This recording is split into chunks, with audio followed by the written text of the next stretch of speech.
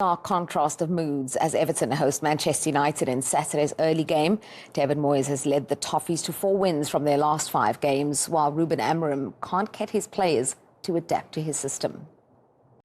I asked you last week how your week was. I daren't ask again, but has it gone better than the previous week? Yes, because we didn't lose players, we recovered players. Chris, Manu and Lenny return. And with Chris was a misunderstanding, and I want to be really clear on that. Also because of Chris, he's healthy and is ready to play so for many years in a high level. Just my limitation explaining the injuries, and I want to let this really clear. I felt that the week is really good. I see things in training, but sometimes it's hard to pass that to the game. But I feel that they are improving. Sometimes we cannot show that in the game, but I hope that tomorrow is another opportunity to show a better performance. Good news on Christian.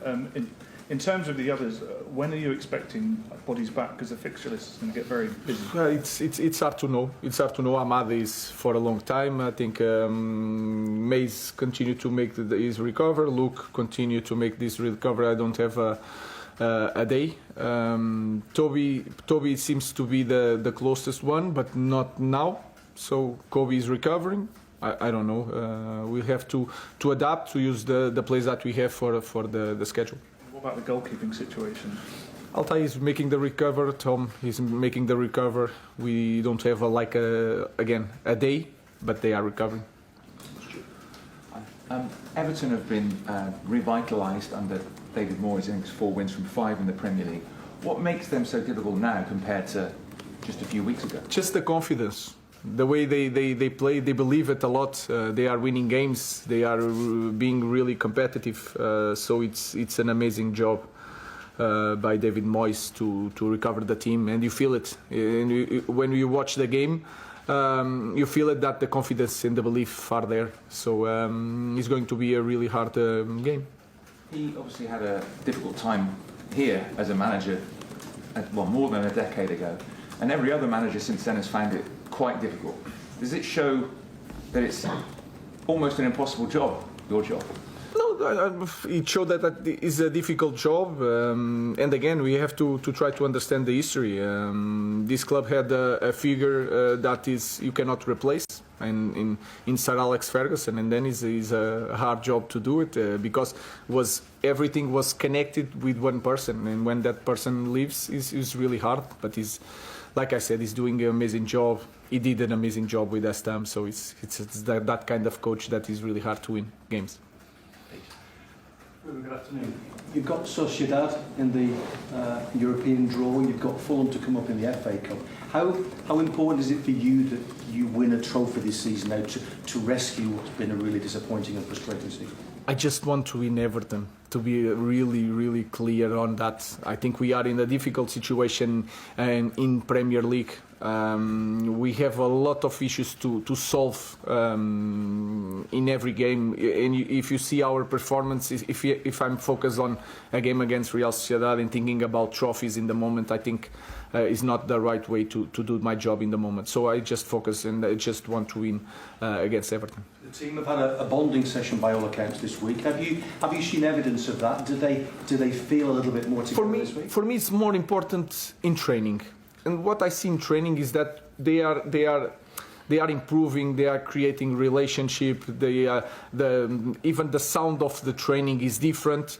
But like I said, we have to use that in the game, and we have to see it in the game, and we have to take that step. I feel it in training that we are bonding and we are understanding the way we want to play. But then in the game, I feel that we struggle a lot. How does the sound change? So the sound. How does the sound? But the sound is like when you are in practice, when you are just making an exercise, you feel the sound. People are talking, asking for the ball, giving directions, talking with each other, and you can feel it in the environment. If you spend your life as a football player and as a coach, even the sound of the training is important. So I feel that we are changing that. But again, everything resumes to the game on Sunday or Saturday or whatever. So it's important to use that in the game. Hi, Ruben. Just 4 wins in 14 Premier League games since you took charge. You said after the Spurs games you're going to stick to your beliefs. At what point do you start getting worried that you're not getting what you want out of the group and you need to evolve? The first point, guys, makes no mistake. I just want to win games. That is the point. And then I teach what I know. That is also clear with me. So when I say I stick with my beliefs is the way I train, the way I see football, and try to transmit that to the players. So it's nothing that I will not adapt, because we adapt. Sometimes we have goal kicks like we short plays, and then in some games long balls because the opponent is pressing a lot, and I try to adapt to the players that I have. So my focus is to win games, especially in this moment. Not talk about what isn't working at the moment. What do you feel is working for your side at the moment? What I feel is that sometimes you don't feel improvement in the team, but then you have some games that you think that are more difficult, and you feel that we can play, we can create situations. That is a good thing. But I think in this moment you can see, when you watch the games, you can see more problems than solutions. I think that is clear. But when we play some games, I feel that things are there and we are capable, but we have to be consistent. That's it. David, felt fortunate to be at the test event for the new stadium on Monday. I mean, the new stadium is stunning, and I just wonder how much time, if any, have you been able to spend down there just yet, and how are you feeling about the move now that I'm guessing you've probably seen images of fans in there for the first time? Yeah, I have. I was going to ask you to tell me what it looked like. Really? Because when I said when I came in that I'm not going to get out in the new stadium till I'm sure we're a Premier League club. I'm sure that we are a Premier League club again, so I want to wait on that. I'm going to wait to make sure we get over the line and make sure we take the team into the new stadium as that. As you mentioned, getting over the line, no other Premier League club has taken more points than Everton since you came back. It's 13 points clear now of the bottom three, having been a point above when you took over. So I'm thinking 2 further wins will probably secure safety. How do you see it? Keep talking like that, Vinny. I'm enjoying listening to that. It's really, really good. It sounds simple to say to get another 2 wins and you might be over the line. When you're sitting in this seat, every win in the Premier League is really, really difficult. Certainly not taking anything for granted. We've had a really good run, and we've got to try and keep that going now. Just wondered then what you're expecting this weekend, because obviously it's been highlighted that Ruben wants to stick with 3-4-3. Did you come in here with a preconceived idea of how you wanted to play, or did you have to adjust to what you've got available? I think I've had to adjust a little bit to what's available. I think when you take over a team a little bit during the season, you have to find a way of getting the best results. We certainly did, because we've been in a position where we've been too close to the bottom 3. But I have to say the players, whatever we've done, whatever we've asked them to do, the players have been fantastic. They really have been. They've gone about their job brilliantly well. Their commitment's there for everybody to see, and we're actually playing better and doing a lot better in recent games. Obviously, it's been spoken about needing to find a striker, and you found one in Beto, who's got 4 in 3 starts for you now. What more can you get from him? Well, I think if we'd bought one in and we'd paid big money and somebody'd scored 4 in 3 starts, you'd say, wow, what a great start it's been for any striker to do that. So Beto's been given a big opportunity. I think he's stood up and taken it. I think he's improved in the games as he's gone along as well. Sometimes the players need those opportunities. So let's hope it continues. Let's hope he can keep scoring. You can go 4 points clear of Manchester United now, and given your association with them, is anything personal come into games like this, albeit that you've faced them so many times before? None at all. I've played them a lot when I was manager of West Ham, so it's another game in many ways. It's a great football club, but my job's to try and beat them at the moment. How different a manager then are you now to the manager who last took part in this fixture back in April 2014, and the experience that followed after that? Yeah. Shape it? Well, it's part of life of being a football manager. There's very few managers that always goes in one direction. You have lots of ups and downs. Even the best managers have times when it's not so good. I had to find a way of fighting back from the disappointment of losing my job at Manchester United and finding ways how I could get myself back to a good level. And we've done that at West Ham, won a trophy at West Ham. So now I'm back at Everton. first jobs to do, what I had to do at West Ham was make sure that we stay as a Premier League club, and then hopefully find our way to start getting closer to European football and see where we can go from there. What is it? I know he does not mean literally down the road when he's talking about players out of contract. That was cheeky. Mo Salah. Virgil van Dijk. Yeah. It's football, isn't it? Trent as well, Trent. yeah. Well, how relaxed does David Moyes look? I mean, he's just, having a bit of a laugh at the end there. I guess it shows the position that his team are in now since taking over. They were 1 point above the relegation zone in 16th. Since he has been in charge, the 6 games, they've picked up 13 points from a possible 18. Yeah, a really good record. And I think, I think there was a lot of things that Sean Dyche did that he's continued and sort of taken and just tried to fine-tune things. They're a team that's very difficult to beat, to break down and beat. They sort of always have been. Goals were a bit of an issue. But David Moyes is someone who's very renowned in the league for just having that organisation and discipline. And I think the players and the fans and everyone at Everton respects him enormously. I think he's sort of lent on that. He's tried to bring just a little bit of that good energy to get them over the line and just pick up these points that have put them in a better position. Yeah, you were saying that some players, goals were an issue, but some players have managed to score under him, none more so than Beto. He's got 4 goals in his last 3 Premier League games. That's as many goals as he had in his first 44 Premier League games. Yeah, I mean, sometimes it just happens like that. This one, again, it's a good finish.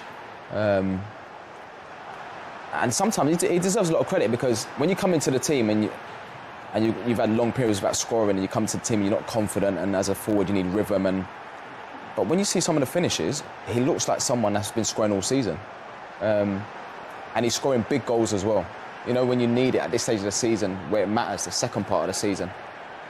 And he likes that finish, that little Thierry Henry one, and he's quite consistent with it. But no, you just have to be happy for players like that because the results are so important at the minute, and you can rely on him because he's confident and he's scoring goals.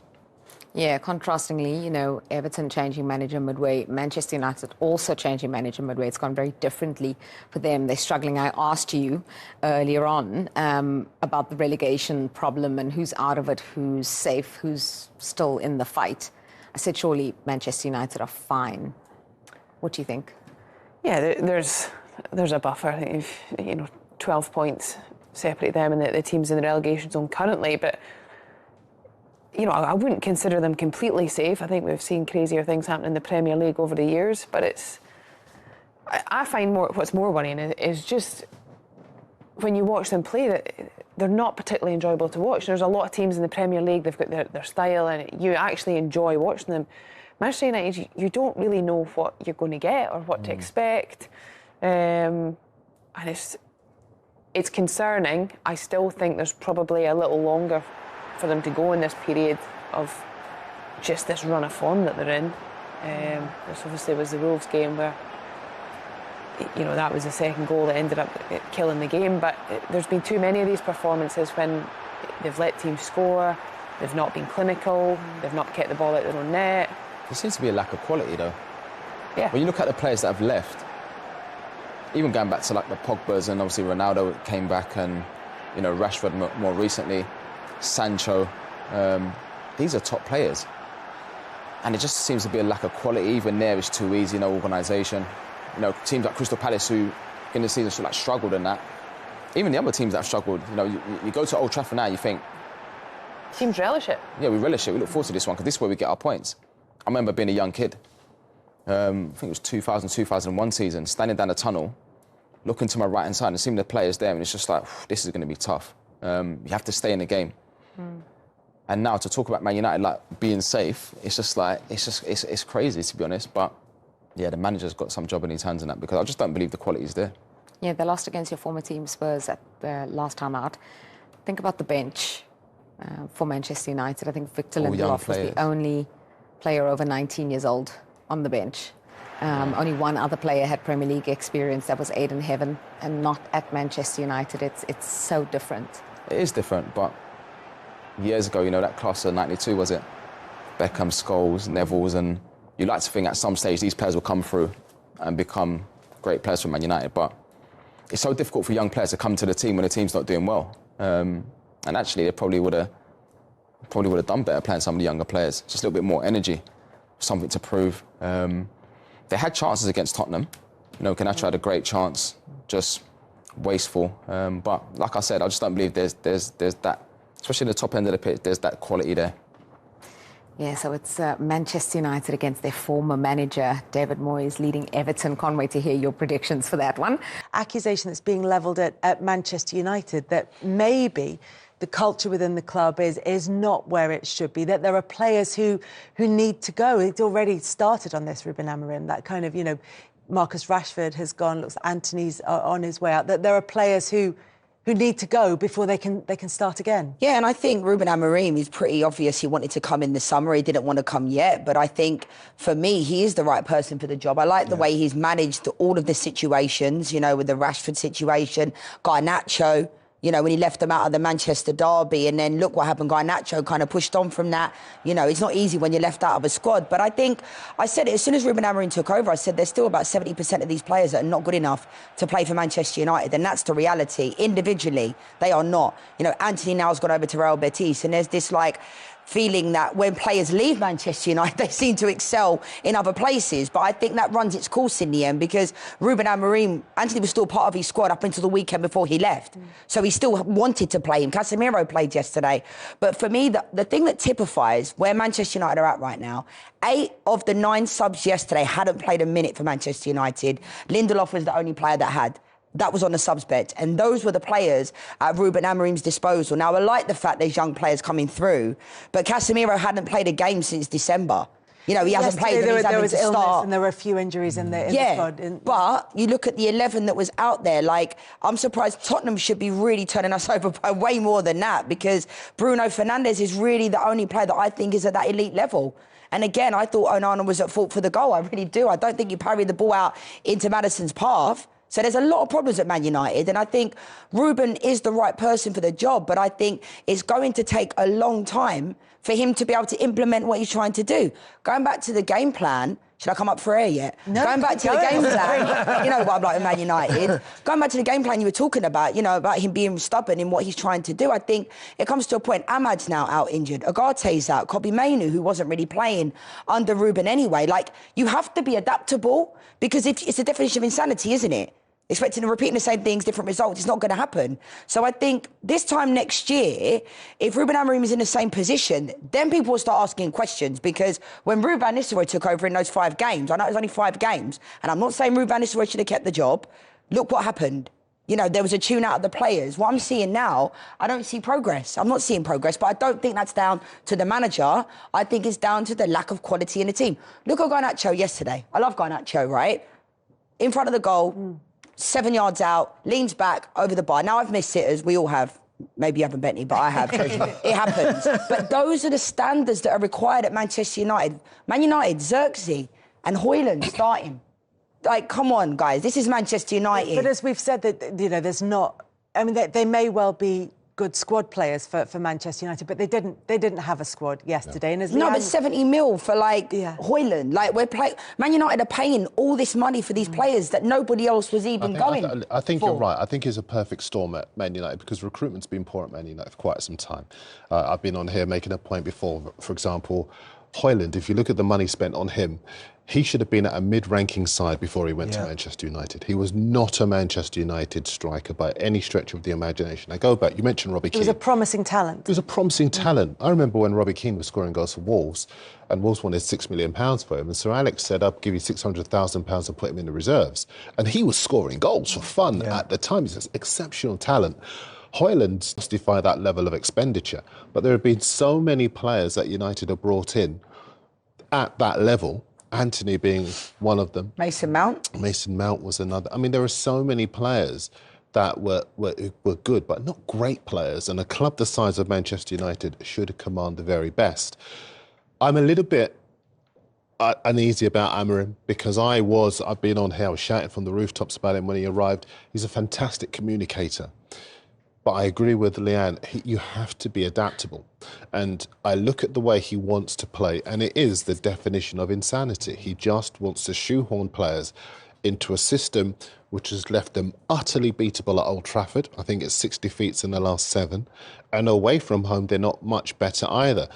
So it's very easy to say, let's look at him in a year's time. But I look at this season, if I'm Wolves, I'm targeting Manchester United because they don't look to me, you know, there are lots of big teams that are in and around it and you think they're too good to go. They're not. They're really not.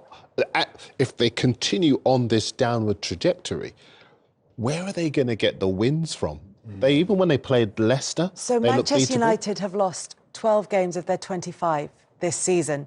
The last time they lost more than that, which was 13 of their opening 25 games, was 1973-74, and that was the last time they were relegated from the top flight. So it is that, and Amorim's only. Well, you were going to give me hope, Kel, but. No, but Amorim's well, the more slight hope part is that Amorim's only been in charge of 14 of those, so it's not. He's not been responsible for all of them.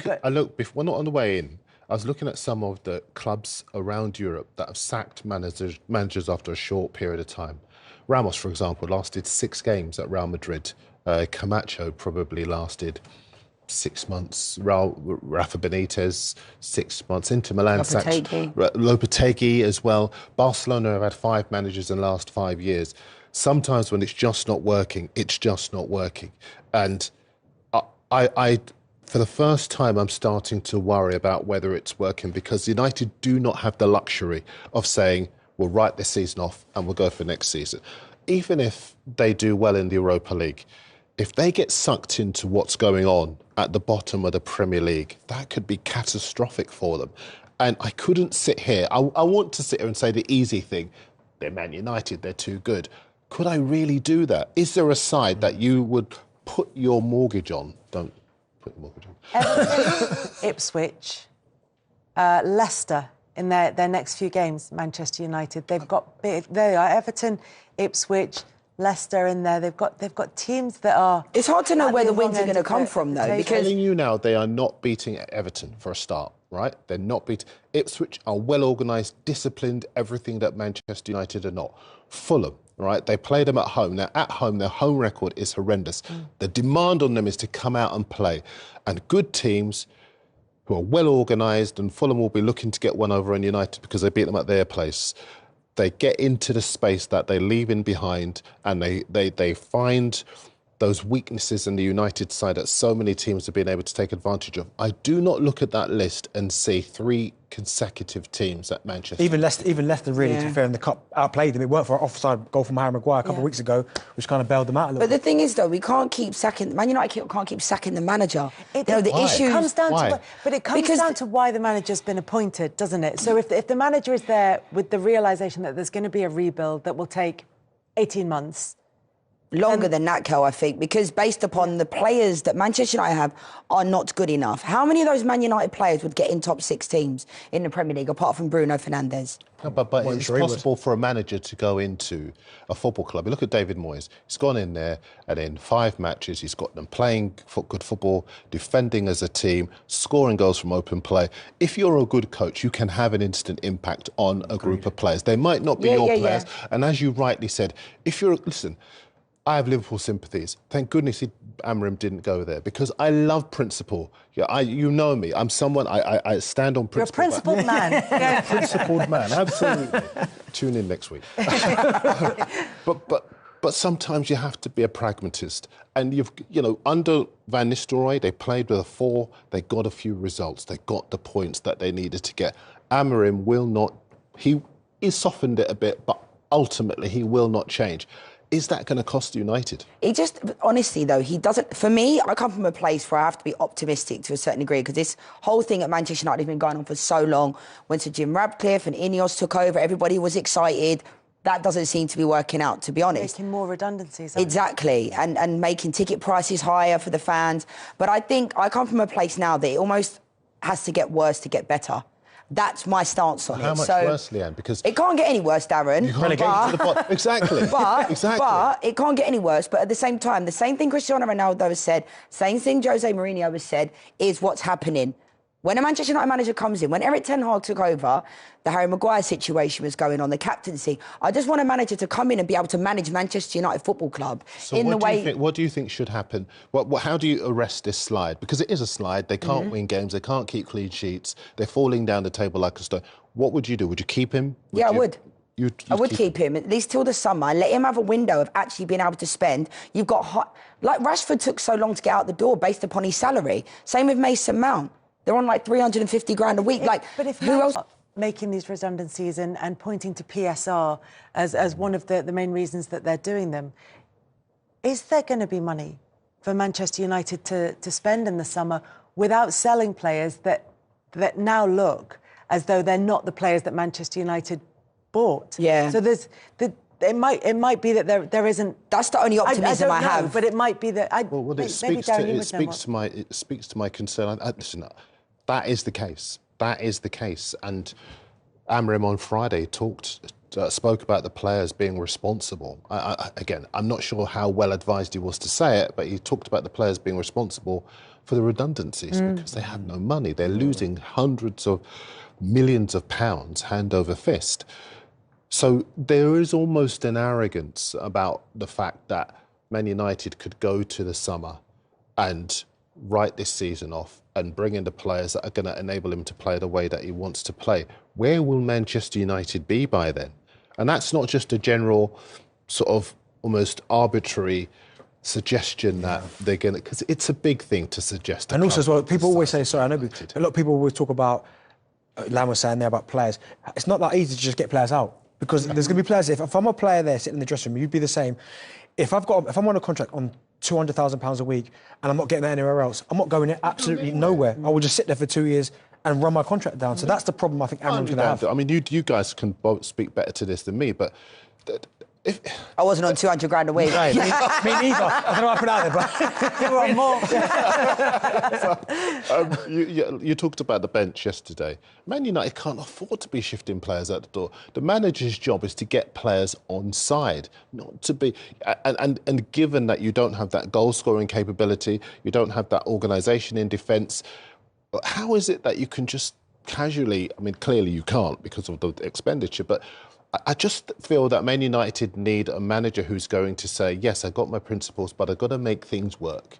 I've got to make things work with the players I've got. I can't afford to see players go out the door and go to Betis and score goals like Anthony's doing, go to Villa like Rashford's doing. He's found a new lease of life. I'm okay with those players. No, but I'm okay with those players going there, Darren, because Rashford's had enough time at Man United. That's the point. Everyone says, oh, you've got to get him out the door because we're Manchester United and he's got to buckle. But actually...